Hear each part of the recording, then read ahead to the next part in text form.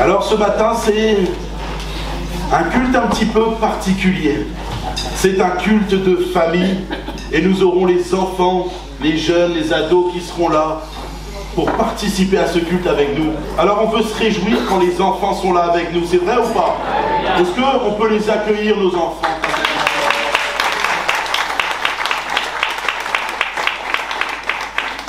Vous êtes les bienvenus parmi nous, les enfants. Souvent, c'est une phrase qu'on entend, les enfants, c'est l'église de demain. Eh ben non, vous êtes là aujourd'hui, donc c'est l'église d'aujourd'hui aussi. Pourquoi on veut les remettre à demain, ce qui est là, déjà sous nos yeux?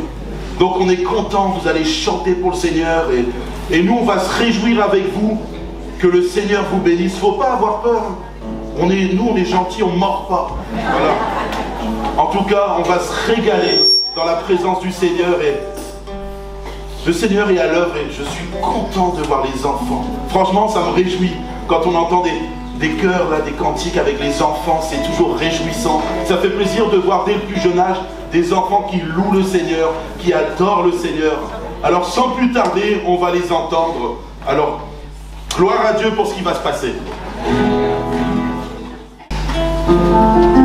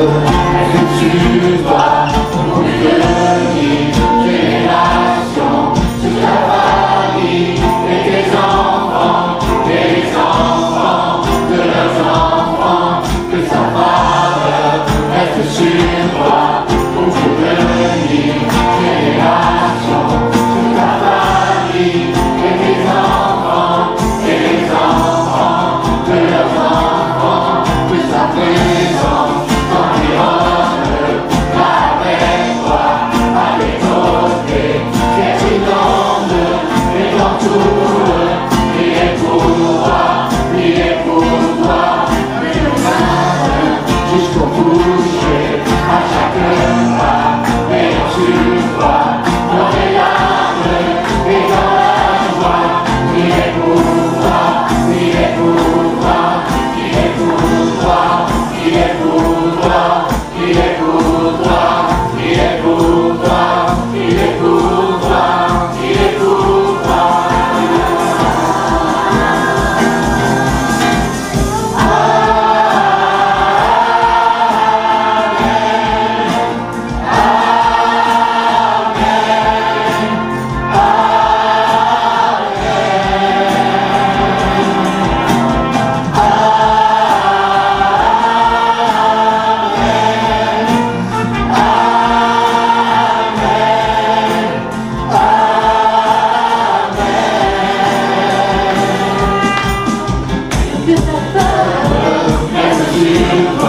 Ton devenir, génération, sur ta famille, et les enfants,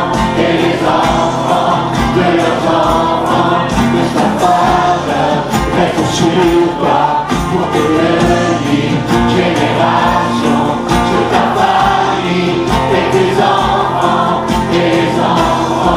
de leurs enfants, que sa présence t'environne, avec toi, à tes côtés, qu'elle t'inonde et t'entoure, priez pour toi, que sa lumière jusqu'au coucher, à chaque pas, veillant sur toi, dans les larmes et dans la joie, priez pour toi, priez pour toi, priez pour toi, priez pour toi, priez pour toi, priez pour toi, priez pour toi, priez pour toi.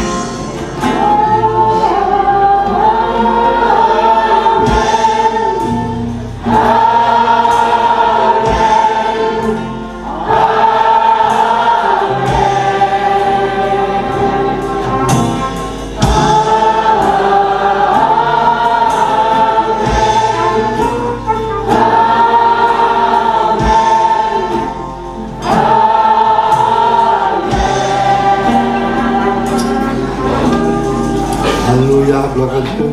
Je dis amen à ce chant. Amen à cette prière. Que la bénédiction soit sur nos enfants et les enfants de nos enfants, sur nos familles. Et ce matin, c'est la prière pour notre Église. Que nos familles soient bénies en Jésus-Christ. Que le Dieu Tout-Puissant pose sa bonne main sur chacun des membres de nos familles. Est-ce que vous croyez que c'est possible ? Est-ce que vous croyez que Dieu est toujours un Dieu vivant qui bénit encore aujourd'hui ? Alléluia, en tout cas moi je le crois et personne ne m'enlèvera ça. Gloire à Dieu pour qui il est et gloire à Dieu pour toutes les bénédictions qu'il pose sur nos familles. Alléluia.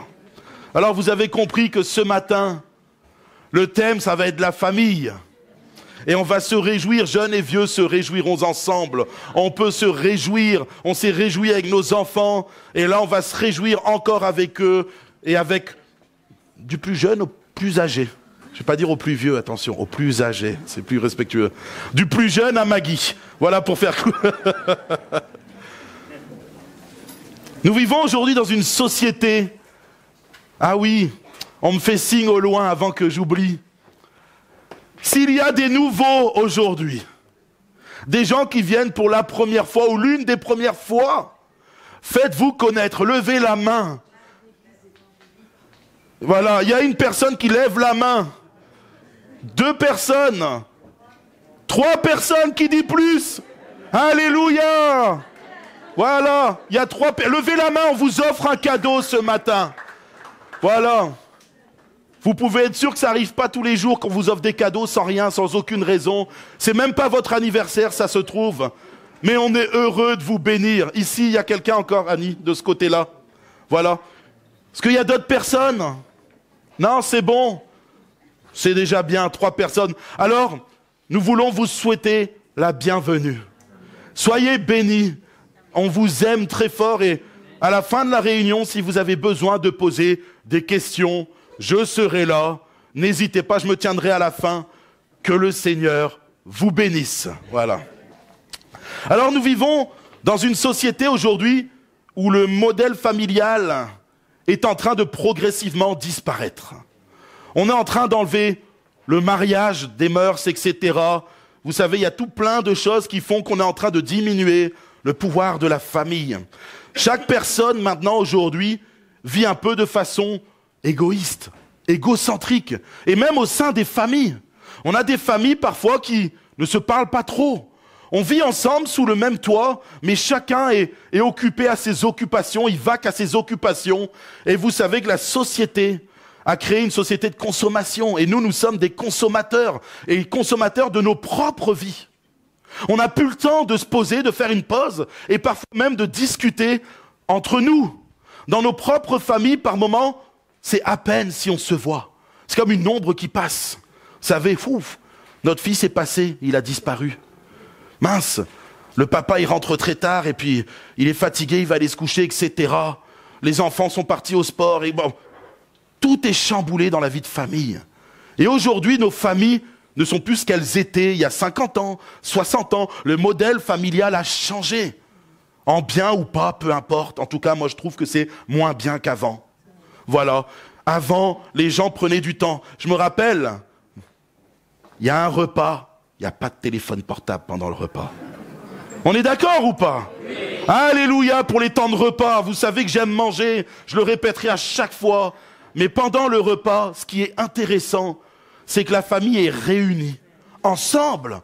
Et on peut parler, on peut échanger, on peut se livrer les uns les autres. Moi j'aime bien quand on est en famille. Je sais que ma femme, elle tient à ça. Le repas, elle aime quand on est tous ensemble. Et je suis d'accord avec ça. Pourquoi ? Parce que c'est des temps d'échange, des temps de partage, où on peut échanger sur divers sujets. Parfois, on parlera de la pluie et du beau temps. Parfois, on parlera de nos blessures. Les enfants qui vont te dire « Ah, papa, à l'école, il m'est arrivé ça. » Et là, le papa « Ouh là là là là, qui embête ma fille Mais bon, tu lui dis « Bah écoute, plutôt que de montrer ton cœur qui bouillonne, tu vas dire à ta fille « Bah, hey, regarde ce que dit la Bible. » Pardonne à cette personne qui t'a fait du mal, etc., etc. Le modèle familial est en train d'être détruit par toutes sortes de choses.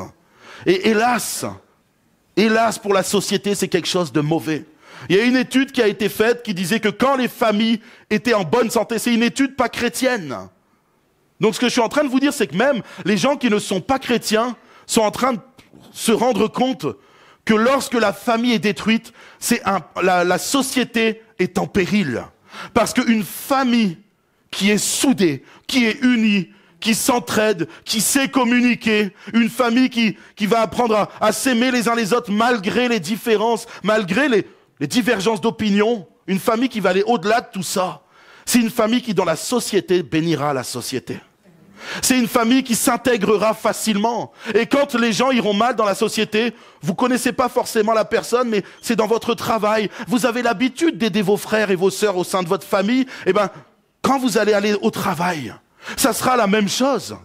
Votre collègue de boulot dira, je suis pas bien en ce moment, je vais mal dans mon couple. Écoute, c'est pas grave, je vais t'aider. Oh, on va t'aider, puis tiens, on va passer du temps ensemble. Si tu veux, on peut vous inviter à la maison, etc., etc. C'est une étude qui a été faite, vous imaginez, par des non-chrétiens, qui se rendent compte que quand les familles vont mal dans un pays, la société s'effondre. C'est quand même impressionnant. Enfin, moi, je trouve ça impressionnant. Bien sûr que nous, on le sait en tant que chrétiens. On sait que le diable veut briser les familles, que le diable veut briser les couples. Parce que quand il brise un couple, il brise une famille. Que quand il brise une famille, quand il y a des tensions entre les enfants et les parents, c'est des souffrances immenses. Des familles brisées qui se séparent. Combien de familles on a pu entendre ou voir où les enfants ne se parlent plus entre eux? Il y a des conflits tellement gros qu'il y a une cassure. Une cassure et pendant des années, il n'y aura plus de dialogue entre les enfants. Ou parfois même entre les enfants et les parents. Il n'y a plus de dialogue. Et puis, les enfants sont là, ils ne veulent plus parler à leurs parents. Ils vont loin. Ils ne donnent plus contact de vie, plus de signes de vie à leurs parents. Combien de fois c'est pas arrivé, combien de familles nous connaissons où nous avons entendu parler, où la famille a été détruite, et parfois pour pas grand-chose. Notre société est en péril parce que nos familles sont en péril. Et ce matin, alors que nous avons un culte de famille avec les enfants, j'aimerais poser la question aux enfants premièrement. Tiens, toi qui es devant, est-ce que ça te dit de répondre à une question? Qu'est-ce que c'est pour toi une famille? C'est ma vie. C'est ta vie? Oh, alléluia! Ah, on peut l'applaudir! C'est la meilleure des réponses. Ah là là, gloire à Dieu. Et sinon, qu'est-ce que c'est aussi pour toi une famille? Qu'est-ce qu'il y a d'autre en plus? Les enfants. Quand je vous dis une famille, c'est quoi pour vous? Des gens qui écoutent, c'est bien. Des gens qui s'aiment, c'est bien. Là, c'est ma fille, c'est parfait. Alléluia. Bien sûr, des gens qui s'aiment. Hein? Qui s'aident, etc. C'est parfait. Les enfants sont bons ce matin. On peut les applaudir franchement. On est fiers de vous, les enfants. On est fiers de vos réponses. Papa et maman, alléluia. Les réponses sont parfaites ce matin. La famille, c'est ça. Un papa, une maman et des enfants. Et puis, des gens qui s'entraident. Des gens qui s'aiment. Des gens qui s'écoutent. Même si parfois, certains ont plus de mal à écouter que les autres. Mais c'est ça une famille, normalement. C'est une famille, c'est des gens qui résistent ensemble face aux épreuves. Quand l'adversité est là, que ça soit dans la maladie, que ça soit dans des épreuves diverses, la famille doit être soudée parce qu'il y a l'amour. Les enfants, si je vous pose la question ce matin, qui a créé la famille? Dieu. Ah là là, franchement, ils sont bons nos enfants à Bois-Lève. Ils sont très bons. Allez dire partout ailleurs qu'à Bois-Lève, les enfants sont bons. Très bons au niveau de la parole de Dieu. Bien sûr, je rigole, mais c'est vrai. C'est Dieu qui a créé la famille. Dieu a voulu la famille. Ça fait partie du plan de Dieu. Au commencement, Dieu crée un homme et une femme, donc un papa et une maman, et il va leur dire quelque chose d'exceptionnel. Il va leur dire, multipliez-vous, soyez féconds, qu'il y ait des familles partout sur la terre. C'est le souhait de Dieu, le but de Dieu. Et la Bible nous dit que Dieu aime la famille et que pour lui, la famille a une importance capitale. La preuve, c'est que le mot famille est utilisé à peu près 325 fois dans la Bible. Pour vous dire à quel point la famille est importante pour Dieu. Il ne néglige pas la famille. Et au contraire, pour lui, la famille est quelque chose de primordial. Il est un père bienveillant qui a créé des enfants. Il est celui qui crée la première famille en nous créant nous. Et en faisant de lui notre Père merveilleux, rempli d'amour. Et ce matin, j'aimerais vous dire que Dieu vous aime. Et que si vous êtes chrétien, vous êtes sa famille. Et son but, c'est que sa famille soit heureuse. Sa famille vive dans l'amour. On l'a entendu tout à l'heure dans les prières, que sa famille vive avec une paix formidable et surnaturelle que ce monde, au final, aujourd'hui, ne peut pas nous donner. C'est dommage, c'est triste, mais le monde ne peut pas nous donner cette paix. Parce que cette paix n'est réalisable qu'en Jésus-Christ seulement. Elle n'est réalisable qu'avec Dieu et avec l'aide de Dieu. Et aujourd'hui, plus que jamais, nous savons que le monde a rejeté Dieu. Le monde rejette Dieu. Et quelle tristesse! Parce que quand Dieu n'est pas dans un couple, quand Dieu n'est pas dans une famille, il arrive ce que je vous ai dit tout à l'heure, des divisions, de la colère, de la rancœur, de l'amertume, de la jalousie. Et on le retrouve dès le commencement avec Caïn et Abel. À un moment, Dieu vient dire à Caïn, attention! Le péché est tapé à la porte de ton cœur. Ne me rejette pas, je viens vers toi. Je suis ton Dieu rempli d'amour. Je veux que tu me mettes dans ton cœur. Je frappe à la porte, j'ouvre ton cœur, Caïn. Que j'y entre et que j'enlève cette jalousie. Et Caïn va rejeter Dieu à ce moment-là. Et il va tuer son propre frère. C'est ce qui se passe aujourd'hui dans notre société. Alors pas forcément de façon physique, mais de façon spirituelle et morale. On se déchire, on se critique. On se rejette. Mais Dieu a un plan pour les familles. Dieu a un plan pour nos familles. Et nous, chrétiens, nous devons être des familles, j'appelle ça des phares dans la nuit, pour ce monde. Nous devons être des modèles. Et comme on l'a entendu tout à l'heure, c'est toi qui nous as dit un papa et une maman et des enfants. Alors, ce matin, je vais premièrement m'adresser aux parents. Si vous êtes d'accord, les parents? De toute façon, j'ai le micro, c'est pas grave. Les mots que nous disons et notre façon de vivre dans nos familles façonnent le cœur de nos enfants, et ce pour toute une vie. Que bâtissons-nous dans nos maisons? C'est la question que je veux poser aux parents. Que bâtissez-vous dans vos maisons? C'est la question que je me pose à moi-même et à ma femme. Que bâtissons-nous dans nos maisons? C'est la question qu'il faut nous poser ce matin. C'est d'une importance capitale pour nos enfants. Et vous savez, nous sommes dans un siècle où il y a de la technologie partout.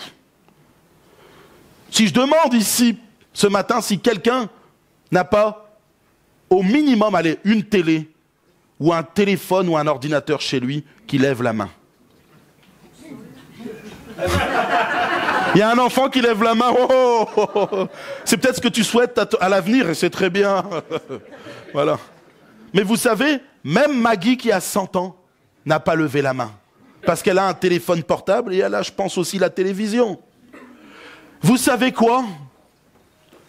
Combien de fois on a pu voir, en tout cas moi, à une époque j'étais dans le bâtiment, j'intervenais chez des clients pour faire des travaux. Et combien de fois, en allant chez les clients, je voyais les clients, ils mettaient leurs enfants devant la télé. Et parfois, je faisais des journées complètes chez les clients. La journée complète, les enfants étaient sur la télé. Vous savez quoi? C'était surprenant parce que... Enfin, surprenant pour eux, apparemment, mais pas pour moi. Mais quand ils éteignaient la télé, il y avait des cris, des larmes, des... Ah! Mais c'est logique. C'est normal. C'est tellement plus facile aujourd'hui. Faut être honnête. De prendre un enfant et dire « Allez, va devant la télé » parce qu'il est captivé. Il est omnibulé par la télé et toi, tu es tranquille. Tu peux vaquer à toutes tes occupations, mais tranquillement. Je me rappelle un jour, j'ai fait le test. Ma fille était en train de regarder un dessin animé et je me suis mis à côté. Alors, moi, ça me fait rire. Mais j'ai fait... Je dansais comme ça et j'étais à côté de la télé. Elle ne me voyait pas. Elle ne me voyait pas. Alors j'ai commencé à faire des grands gestes exprès de... Vous savez que je suis un danseur né, d'accord? Voilà. Captivé par la télé. Et je me suis dit, ce jour-là, c'est pas possible. J'ai dû me mettre devant la télé et faire le clown pour qu'enfin elle se mette à sourire et à rigoler et voir que son papa essayait d'attirer son attention. La télé va captiver les enfants. Les écrans vont captiver vos enfants. Vous savez qu'il y a des études qui ont été faites, des études très sérieuses, disant que les écrans sont un danger pour nos enfants. Les études ont dit qu'en fait, les écrans, toutes sortes d'écrans, peu importe l'écran, amenaient chez les enfants des troubles de l'attention, du retard de langage, un manque d'imagination et des addictions. Je pense que tous ceux qui ont des enfants ont fait le test. Vous éteignez la télé, ça pleure. C'est vrai ou pas? On est tous pareils. La télé, les écrans créent une addiction chez les enfants. Il y a quelque chose dans les écrans qui attire les enfants. Je ne vous dis pas que les écrans sont mal. Je ne vous dis pas qu'il faut ôter les écrans du milieu de vous. Mais il y a des choses à faire attention. Il faut y aller avec modération. Il ne faut pas laisser libre recours aux enfants. Il y a une tribune qui a été publiée dans le journal Le Monde qui dénonçait les graves effets d'une exposition massive et précoce aux bébés et aux jeunes enfants à tout type d'écran.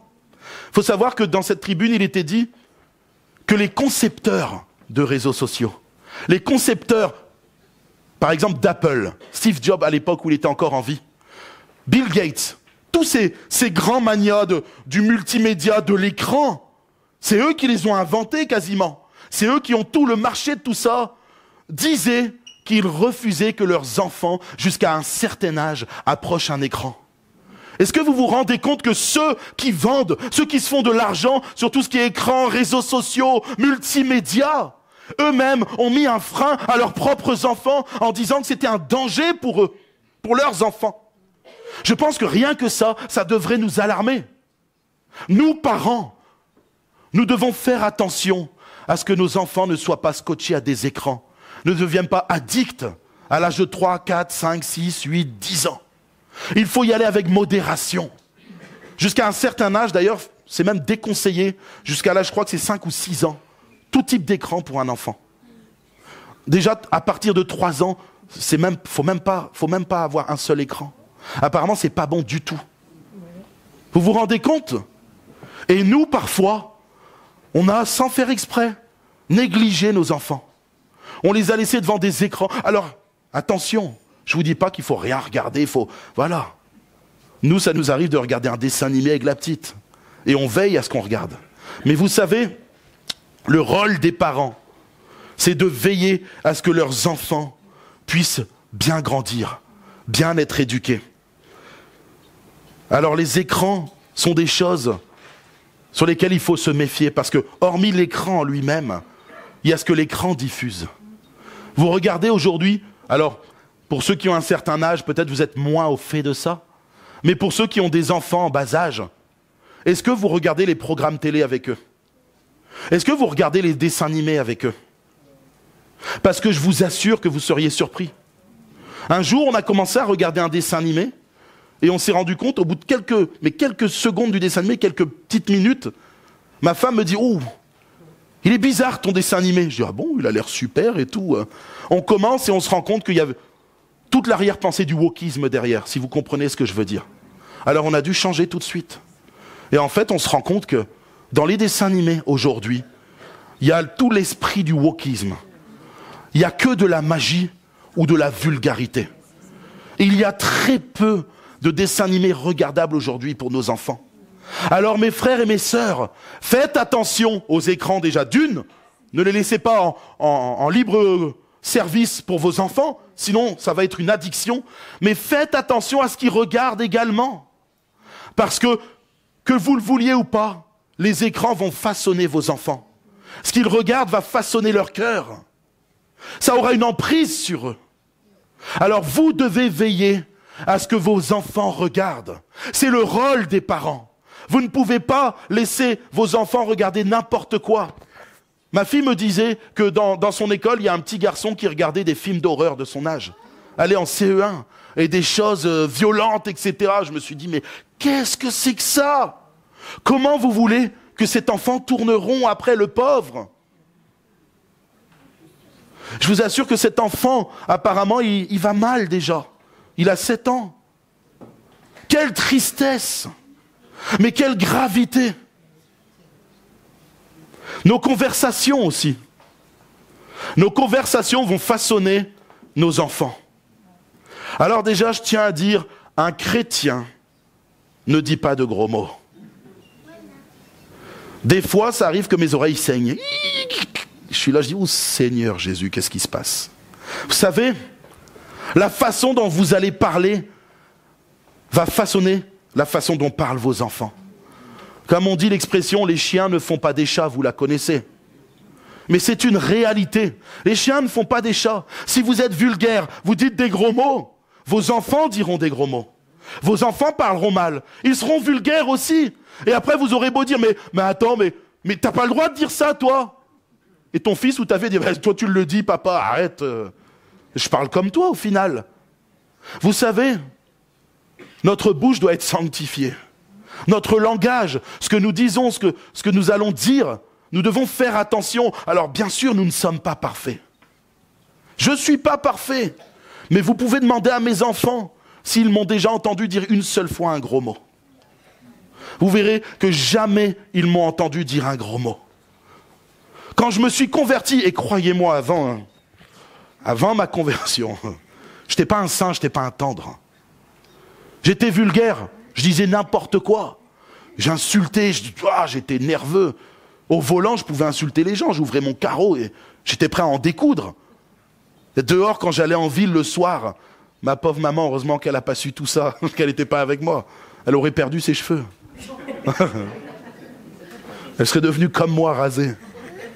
Mais je n'étais pas quelqu'un qui avait un vocabulaire digne de l'évangile. Je n'étais pas chrétien. Donc c'est normal.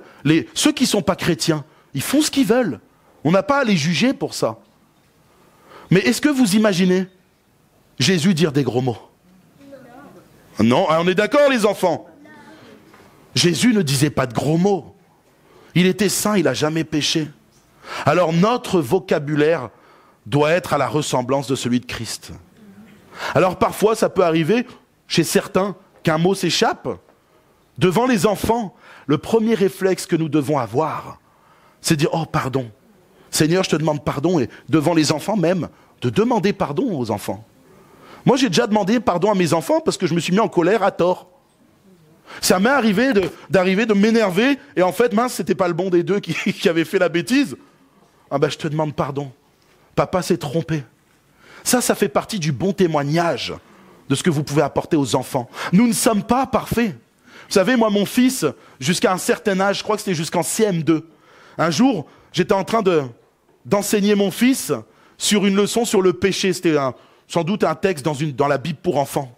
Et puis un jour, mon fils, il me regarde, il me fait « Mais toi, papa, t'es saint, tu pèches jamais. » Alors, dans ton cœur, tu dis « Wow, ça fait beau gosse quand même, hein ?» Mais dans la réalité, tu sais que c'est pas vrai. Alors j'ai dit non, Cameron. Papa, ça reste un homme. Un homme qui parfois il tombe. Un homme qui parfois se loupe. Mais papa, c'est un homme qui s'est demandé pardon pour ses péchés. Quel est le témoignage que vous donnez à vos enfants? Que ça soit dans votre langage, que ça soit dans vos comportements, que ça soit dans la vie de tous les jours. Quel est le témoignage? Qu'est-ce que vous laissez comme image à vos enfants? C'est la question que j'aimerais vous poser ce matin.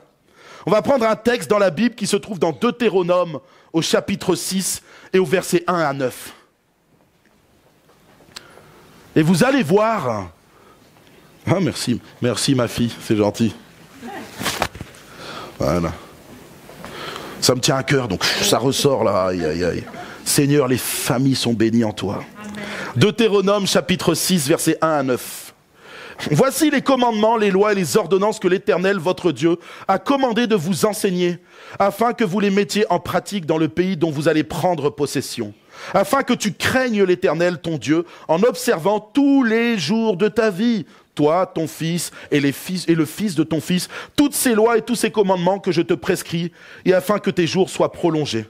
Tu les écouteras donc, Israël, et tu auras soin de les mettre en pratique, afin que tu sois heureux et que vous multipliez beaucoup, comme te l'a dit l'Éternel, le Dieu de tes pères, en te promettant un pays où coule le lait et le miel. Écoute, Israël, l'Éternel, notre Dieu, est le seul Éternel. Tu aimeras l'Éternel, ton Dieu, de tout ton cœur, de toute ton âme et de toutes tes forces. Et ces commandements que je te donne aujourd'hui seront dans ton cœur. Tu les inculqueras à tes enfants et tu en parleras quand tu seras dans ta maison, quand tu iras en voyage, quand tu te coucheras et quand tu te lèveras. Tu les liras comme un signe sur tes mains et ils seront comme des frontaux entre tes yeux. Tu les écriras sur les poteaux de ta maison et sur tes portes. Amen. Je vais m'arrêter là. Waouh! Vous voyez, Dieu est en train d'instaurer quelque chose pour la famille. Dans ce texte-là, Dieu instaure des commandements pour les familles. Et il n'y va pas de main morte. Ce que j'aime, Ce texte il commence à dire que les parents, ça commence par les parents, nous devons être enseignés. Nous devons serrer la Bible dans nos cœurs. Nous devons être, excusez-moi l'expression, des amoureux de la parole de Dieu. Nous devons la lire, la décortiquer.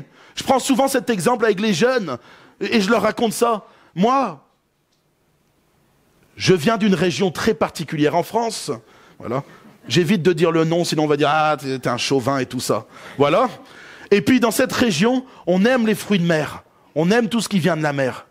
Et moi, j'aime le crabe, les gros dormeurs avec des grosses pinces. Vous voyez, qui connaît ce crabe-là? On les appelle les tourteaux ou les dormeurs, ça dépend. Et moi, quand je mange un crabe, je le décortique. Vous voyez, j'ouvre la pince, je décortique chaque miette. J'ai tout cherché, je fais une boule là. Ensuite, il y a le corps, je décortique, tac, tac, tac. Et à la fin, il y a une grosse boule de crabe là, wow, avec de la mayonnaise faite maison, un régal, alléluia. Voilà, bon, on revient à nos moutons. Mais ce que je suis en train de vous dire, concrètement, c'est que la parole de Dieu, vous devez la décortiquer comme je mange un crabe. D'accord? Même plus encore. Vous devez vous nourrir de la parole. Vous devez la serrer dans votre cœur.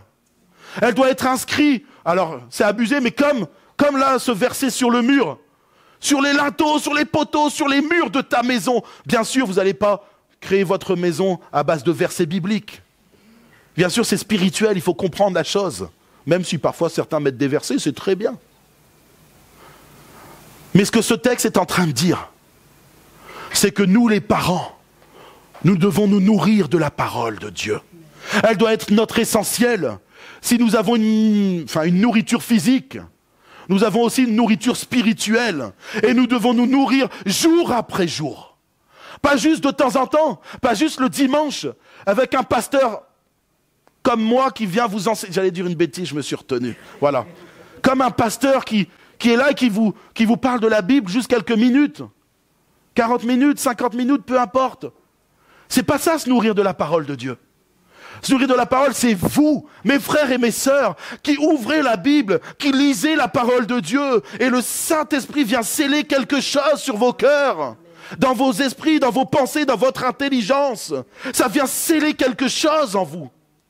C'est ça que Dieu demande. Ça commence par là, la famille. Papa et maman qui se placent devant Dieu, qui ont une intimité avec Dieu. Sans cette intimité, sans cette lecture de la parole de Dieu, la famille ne fonctionnera pas bien. Il y aura des lacunes. C'est pas parce que tu entends le dimanche le pasteur prêcher et parfois le mardi soir ou le vendredi soir que tu te nourris. Là, tu te nourris un peu, c'est bien. Ça fait partie de la nourriture, on va dire spirituelle, dont le chrétien a besoin. Mais va directement puiser à la source. Va directement puiser dans la Bible. Et tout ce que tu y apprendras, tout ce que tu liras, viendra se sceller sur ton cœur. Et ça t'apportera quelque chose de merveilleux. Ça façonnera ta vie à toi. Déjà pour commencer. Parce que si les parents ne sont pas façonnés par le Père, par sa parole, alors les enfants ne seront jamais façonnés à l'image de Christ non plus. Parce que ça passe par les parents. La responsabilité, notre responsabilité en tant que papa et maman, c'est de dévorer, de la méditer. Médite-la jour et nuit. Ne t'écarte pas ni à gauche ni à droite. La parole de Dieu est notre autorité. Elle est ce qui fait battre notre cœur. La parole de Dieu est tout ce qu'il nous faut dans la vie. Je préfère me nourrir de la Bible que de toute autre chose. Et c'est ça que Dieu demande. Dieu demande aux parents de se nourrir jour après jour. Non pas seulement le dimanche, mais jour après jour. La Bible va loin, ce texte va loin. Dieu demande que ce soit au lever, le matin. Tu te lèves et tu te places devant Dieu. Le soir, en allant te coucher, tu te couches, mais tu pries avant, tu lis ta Bible. Même quand tu vas en vacances, même quand tu pars en voyage. Vous savez, Dieu ne disparaît pas pendant tes vacances. En tout cas, le diable, il est toujours présent pendant tes vacances. Et à ce moment-là, souvent, il met le paquet pour faire tomber les gens. Parce que tu vas souvent dans des endroits où il fait chaud, où les gens sont dévêtus, où la tentation est peut-être plus grande. Enfin, il y en a qui aiment aller au pôle Nord, au froid. Libre à vous aussi, chacun son petit plaisir. Mais ce que je veux dire, c'est que jour après jour, jusqu'à la fin de tes jours, tu dois te nourrir de cette parole, parce qu'elle produit quelque chose en toi que seule la Bible peut produire. Tous les plus beaux discours du monde ne produiront pas l'équivalence d'un seul verset de la parole sur ta vie. Il faut que tu comprennes ça. La Bible nous dit dans Jean 17, 17, ta parole est la vérité. Ta vérité nous sanctifie. La parole de Dieu nous sanctifie, nous rend meilleurs. Elle change notre langage. Elle change nos façons de voir, nos pensées, nos façons d'observer le monde. On ne voit plus les choses de la même façon. Moi, je ne peux plus laisser mes enfants toute une journée entière devant la télé. Et tous les jours d'ailleurs. On ne peut plus laisser nos enfants devant les écrans. Quand j'étais pas chrétien, ça aurait été plus simple. Ouah, j'ai envie d'être tranquille aujourd'hui, allez, va regarder la télé. De 8h à 19h le soir, les enfants devant la télé. C'est grave. C'est grave. Nous devons éduquer nos enfants. Mais pour ça, nous-mêmes, nous devons nous baser sur la parole. Ce texte, ensuite, il vient nous montrer que nous devons enseigner nos enfants. Le rôle des parents, c'est d'abord de se nourrir, mais ensuite de redonner à leurs enfants. Si tu ne lis pas la Bible, si tu ne te nourris pas, tu ne pourras pas nourrir tes enfants. Ce n'est pas possible. Tu vas les nourrir de quoi? De tes pensées, de ce que ton cœur a sur le moment, tes émotions, de ce que le monde te nourrit aussi. Parce qu'il ne faut pas s'inquiéter, le monde, lui, il n'arrête jamais de nous nourrir. Le diable, il trouve tous les moyens possibles et inimaginables pour que nous nourrissions. Ah, c'est sûr, à travers la télé, les programmes télé, les musiques qu'on entend, notre collègue de boulot, leur façon de parler, on est nourri au quotidien par les choses du monde. À nous de savoir déjà si on les mange aussi, c'est important. Quand tes collègues de travail sortent une blague un peu vaseuse, t'es pas obligé de rigoler. Vous voyez ce que je veux dire? Quand ils ont un langage un peu vulgaire, t'es pas obligé de les imiter. Sois fier de qui tu es. Tu es enfant de Dieu. Et c'est une fierté. Vous savez, j'aime ce texte, il dit qu'un jour, tout genou fléchira.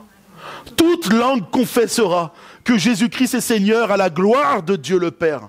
Alors que tu crois en Dieu ou que tu ne crois pas en Dieu, un jour, tes genoux seront fléchis devant Dieu.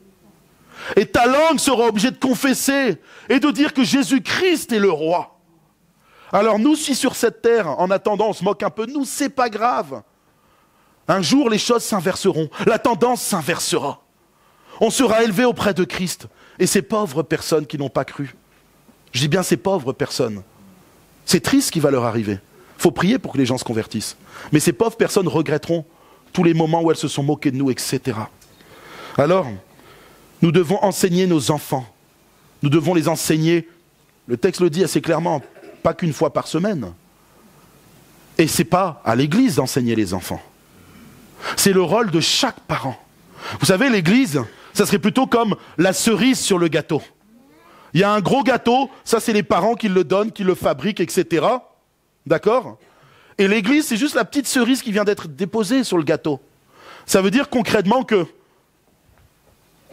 c'est à vous d'enseigner vos enfants dans la semaine. Vous êtes ceux par qui l'évangile doit arriver dans le cœur de vos enfants. Au quotidien, dans votre témoignage premièrement, parce que si vous lisez la Bible, ce que vous allez faire et ce que vous allez dire à la maison reflètera Jésus-Christ. Parce que vous savez, tu peux dire à tes enfants, bon allez, Jésus t'aime, il ne faut pas que tu fasses ci, tu fasses ça, mais si toi tu fais l'effet inverse, les enfants ils ne sont pas fous. Hein. Ils ne sont pas bêtes les enfants. Ils vont dire, toi tu ne le fais pas, pourquoi tu me demandes de le faire? Vous devez être un bon témoignage et ensuite vous devez enseigner à vos enfants comment la parole de Dieu leur demande de se comporter. C'est primordial pour chacun de vos enfants. C'est vital et c'est même parfois salutaire. Vous savez, certains ont négligé parfois l'éducation de leurs enfants. Alors Dieu peut reconstruire heureusement. On a un Dieu miséricordieux, un Dieu plein d'amour qui peut changer le mal en bien. Mais combien de familles ont été brisées? Combien de familles ont souffert en voyant leurs enfants pendant 15, 20, 30 ans se détruire? Enseignez vos enfants matin, midi, soir. Il y a des choses très simples à mettre en pratique pour ça. J'aimerais vous dire que ce n'est pas si compliqué que ça. Ça vous demande du temps, de vous décentrer parfois de vous-même et de mettre la priorité plus sur vos enfants que sur parfois vos propres plaisirs. Vous savez, nous, ce qu'on fait, c'est un exemple, mais nous, tous les jours, on prend Talia, parce qu'elle est jeune, et c'est à nous de l'éduquer, et tous les jours, on lui lit la Bible. Tous les jours, on chante une chanson. Tous les jours, on prie avec elle. C'est ce qu'on a mis en pratique. C'est comme si on faisait un petit culte pour enfants chaque jour. Alors, je ne vous dis pas que je suis un chanteur né. Je ne vous dis pas que ce que je chante, c'est magnifique. Mais je chante de tout mon cœur, et pour qu'elle apprenne elle aussi à chanter. Qu'elle apprenne à adorer Dieu à travers la musique, à travers le chant. Et tous les jours, on fait ça. Je peux vous assurer que elle aime ça. Et quand on oublie une fois, il suffit qu'on oublie une seule fois, elle vient nous le répéter. « mais vous n'avez pas prié, vous n'avez pas chanté, on n'a pas lu la Bible !» T'es obligé d'aller, parce que sinon, elle pleure pour avoir la Bible. C'est pas beau, ça? Quand vos enfants réclament la parole de Dieu et qu'ils en pleurent presque parce qu'on ne leur donne pas. Mais ça, c'est à nous, parents, de créer cette chose-là dans le cœur des enfants. Vous savez, il y a des Bibles pour enfants qui existent. Alors, certains ne savent pas inventer des histoires de la Bible, c'est pas grave. Vous avez des Bibles pour enfants, on peut vous en conseiller à la fin du culte. Il n'y a pas de souci, on vous dira où vous en fournir, etc.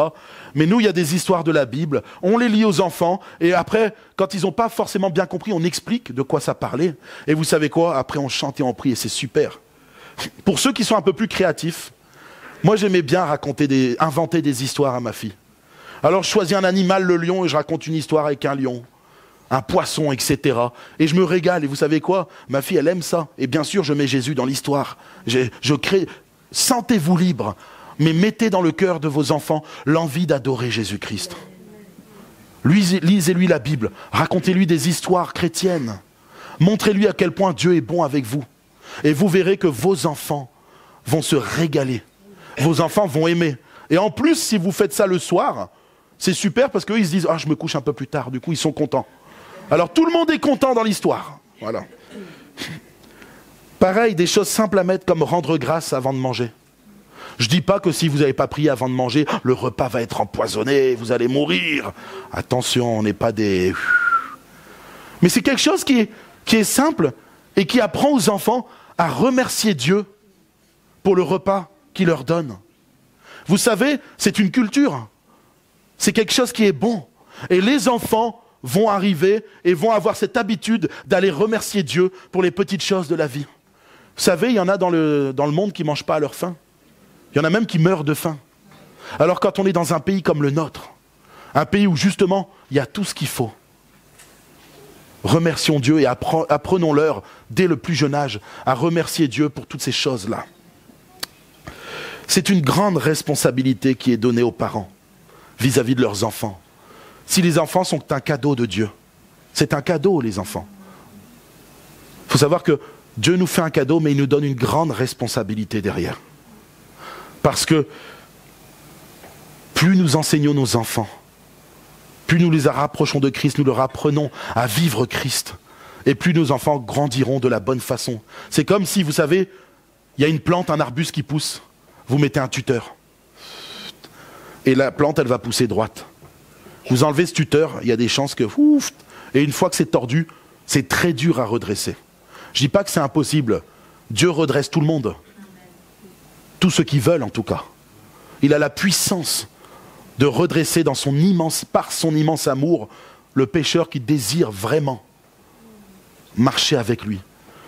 Mais notre rôle en tant que parents, c'est vraiment d'enseigner nos enfants.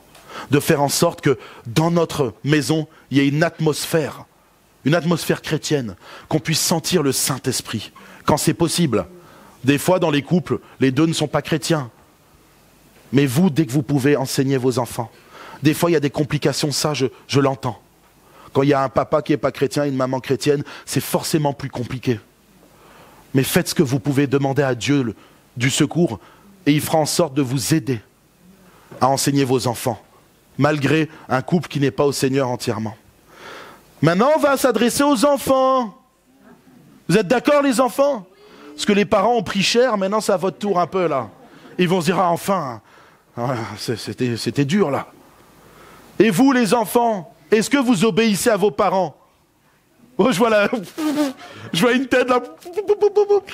À votre avis, que dit la Bible là-dessus? Ah bah oui, il y a un texte dans la Bible qui se trouve dans Éphésiens, au chapitre 6 et au verset 1. Et ce texte de la Bible dit « Enfants », donc il s'agit de vous les enfants, « obéissez à vos parents selon le Seigneur, car cela est juste. Honore ton père et ta mère. » C'est le premier commandement avec une promesse, afin que tu sois heureux et que tu vives longtemps sur terre. Waouh! Les enfants, vous avez envie de vivre longtemps? Oui, vous êtes sûrs? Il y a des petits oui. Est-ce que tu as envie de vivre longtemps, toi? Ah oui, je vois les têtes, ils n'osent pas, ils sont timides. Bien sûr que vous avez envie de vivre longtemps. Mais si vous obéissez à vos parents, c'est pas moi qui le dis, c'est la Bible. Alors vous vivrez plus longtemps. Comme Maggie, vous vivrez des centaines d'années. Hein? Et regardez, Maggie, elle est heureuse. Elle est en pleine santé. Elle est même en meilleure santé que moi. Vous imaginez quand même? Je passe mon temps à être malade, elle est en forme, elle. C'est pas possible. Maggie, elle m'a donné son secret, vous inquiétez pas. Alors les enfants, obéissez à vos parents parce que vous vivrez plus longtemps, mais surtout parce que Jésus aime les enfants. Il aime surtout les enfants qui obéissent à leurs parents. C'est important. Je vais vous expliquer quelque chose. Est-ce que vous savez que Jésus, quand il est venu sur terre, lui aussi a obéi? Vous savez ça? Alors que Jésus, vous savez que c'est le Fils de Dieu. Il pourrait se dire, moi je suis le Fils de Dieu, je fais ce que je veux. La Bible nous dit que Jésus a obéi à son Père. Il ne faisait rien sans que le Père ne lui ait demandé de le faire. Vous savez les enfants, parfois si vous avez du mal à obéir à vos parents, vous pouvez faire comme Jésus a fait. Jésus, il a fait quoi? Il a été prié. Il a été demandé à son Père. Qu'est-ce qu'il fallait faire? Comment il fallait le faire? Il a demandé à son Père aussi d'être rempli constamment, d'être renouvelé, afin de pouvoir bien faire les choses que son Père lui demandait. Alors, quand vous avez du mal à obéir à vos parents, parce que je sais que c'est compliqué aujourd'hui, on est dans une génération où les enfants sont devenus des enfants rois. C'est vrai? Oh, je vois les yeux des enfants qui font... Mais c'est pas grave les enfants. Avec l'aide de Jésus, vous y arriverez. Avec l'aide de Jésus, quand vous voyez que vous avez du mal à obéir à vos parents, allez dans un coin de la chambre, là. Seigneur Jésus, aide-moi à obéir à papa et maman. Surtout à papa, c'est encore... Non, à maman aussi. D'obéir aux deux, d'accord? Et vous verrez que Jésus va vous aider à obéir. Vous savez que Jésus, à un moment, il devait boire une coupe. C'était une coupe, les enfants, qui pour lui était la chose la plus difficile sur terre. Ça a été la chose la plus dure. À tel point, la Bible nous dit qu'il a saigné du sang, des grumeaux de sang. Il y avait du sang qui sortait de sa peau, tellement il n'avait pas envie de boire cette coupe. Il savait ce qui allait se passer. Parce qu'il allait porter le péché de toute l'humanité sur ses épaules. Jésus qui lui était saint, sans péché, sans défaut. Et là, il y a cette coupe qui s'approche de lui. Et là, Jésus va dire, Père, si tu voulais éloigner cette coupe de moi. En fait, Jésus est en train de dire, hey, papa, j'aimerais tellement ne pas boire cette coupe, parce que ça va être horrible pour moi. Tout le péché de l'humanité va venir sur mes épaules, et puis je vais être crucifié. Il y a la colère de Dieu qui va s'abattre sur moi. C'était triste pour Jésus. C'était horrible ce qu'il allait vivre. Et vous savez ce que Jésus a dit? Il a dit, j'aimerais que cette coupe soit pas là, mais c'est pas moi. C'est pas moi, papa. C'est pas moi qui choisis. C'est toi qui décides. Et je t'obéis. Vous vous rendez compte que Jésus a obéi jusqu'à la mort à son papa? C'est quelque chose de grand, d'exceptionnel. Et c'est ce que Jésus vous demande, les enfants, d'obéir à vos parents. Alors bien sûr, vous n'avez pas besoin d'aller jusqu'à la mort. Jésus a payé le prix, alléluia. Mais quand ton papa te dit, hey, range ta chambre, ta maman te dit, hey, mets la table, ben obéis. Et si tu peux le faire sans râler, ça serait tellement plus agréable, Seigneur. Aïe, aïe, aïe, aïe, aïe, aïe, aïe, Seigneur. Ok les enfants, est-ce que vous voulez essayer d'obéir à vos parents? Vous êtes d'accord d'essayer? Et quand vous n'y arrivez pas, qu'est-ce que vous allez faire? Vous priez exactement. C'est super les enfants, vous avez compris. Et si jamais vous avez désobéi à vos parents, qu'est-ce qu'il faut faire? Faut prier, très bien, champion. Et vous dites quoi dans votre prière? Demandez pardon. Oh, et on peut applaudir les enfants, là. C'est super, super. Vous devez prier et demander pardon au Seigneur Jésus de ne pas avoir obéi, mais aussi, vous pouvez tout simplement, dans un second temps, aller demander pardon à papa et maman. C'est important de recoller les morceaux. Vous savez, je vais conclure là, je vois que l'heure avance. La parole de Dieu est ce qui doit façonner une famille. Si la parole de Dieu n'est pas au centre de la famille, bien sûr, si Jésus n'est pas au centre de la famille et que sa parole n'y est pas ouverte tous les jours, alors Dieu ne peut pas façonner cette famille-là. Dieu va faire comme il peut, parce qu'il y a des familles parfois qui ne le font pas ou pas assez. Dieu est rempli d'amour, il va quand même essayer de vous aider, parce qu'il vous aime. Il est un père bienveillant, un père qui aime ses enfants, qui aime les familles qui sont en lui. Mais en réalité, vous aurez des problèmes. Ça sera bien plus difficile pour chacun d'entre vous. Alors ce matin, ce que j'aimerais, c'est vous dire que vous devez laisser Dieu façonner votre famille, parce qu'il est le créateur des familles. Il sait ce qui est bon pour la famille. Et ce matin, en tant que parents, nous devons nous engager à lire la Bible déjà, mais à l'inculquer à nos enfants. C'est tellement important qu'il y ait une atmosphère qui est du Saint-Esprit dans nos familles, dans nos vies, dans nos maisons. Vous savez, j'aimerais vous poser une question. Ce matin, j'étais en train de finir mon message, et puis la question que je me posais, c'est si les murs de votre maison pouvaient parler, que diraient-ils? C'est intéressant comme question. Que diraient-ils? Est-ce qu'ils diraient, waouh, cette maison, c'est la maison du Seigneur. Le Saint-Esprit règne dans cette maison. J'entends des louanges, j'entends des prières, on lit la Bible. Il y a plein d'amour, il y a du pardon quand il le faut dans cette famille. Est-ce que les murs diraient ça dans votre maison? Ou alors, que de disputes, que de chamailles. J'entends jamais prier. Il n'y a personne qui lit la Bible. On ne parle pas de Dieu dans cette maison. Quelle tristesse. Quelle tristesse pour vos murs. Mais surtout, quelle tristesse pour votre famille. Des familles qui se déchirent. Vous savez, nos familles doivent être des ambassades de Dieu. Et pour cela, Dieu doit être le centre de la famille. Que ce soit dans la prière, dans la lecture de la parole de Dieu, dans l'amour que nous avons les uns les autres. Nous devons être des ambassades de Dieu. Vous savez, moi j'ai déjà entendu des gens dire quand ils rentraient dans certaines maisons, ils se sentaient bien.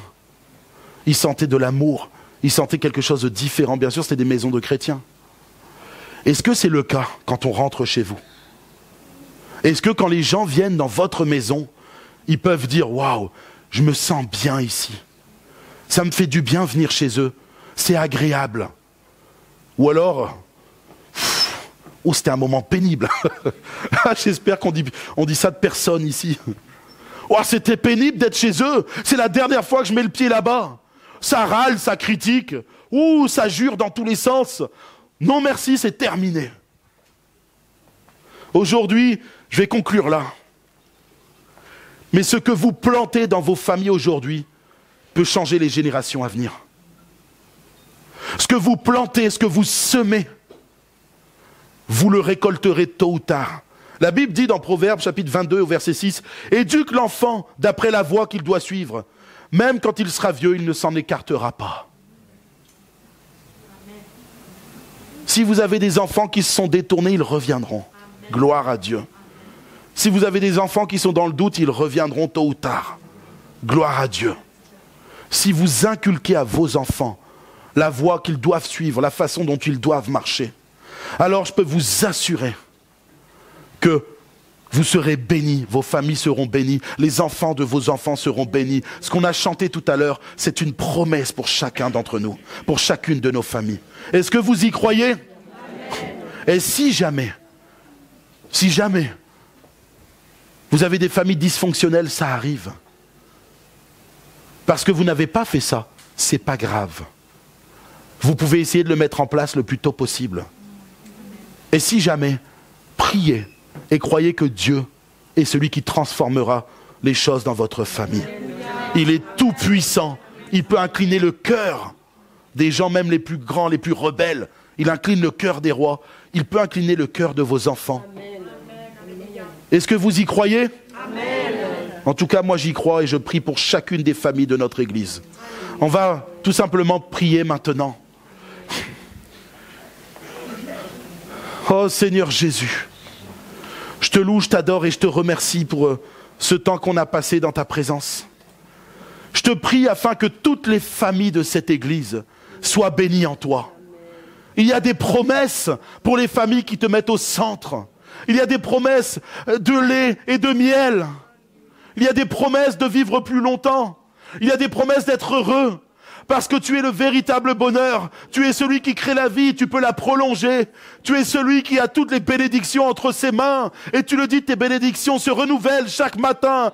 Alors je te prie pour que toutes les familles de cette Église te mettent au centre de leur maison, au centre de leur foyer. Oh Seigneur Jésus, que les personnes qui vivent dans ce lieu, qui participent à cette réunion puissent se rappeler aujourd'hui que le fait d'enseigner ta parole, de te mettre en premier, Jésus, est une bénédiction pour la famille. Seigneur Jésus, viens donner la force à ceux qui ne l'ont pas d'enseigner leurs enfants, à ceux qui ne savent pas comment faire, tu leur révèles, le Saint-Esprit est en eux et leur donnera la solution, la marche à suivre pour que leurs enfants soient bénis et marchent dans la vérité, marchent en étant enseignés par ta parole.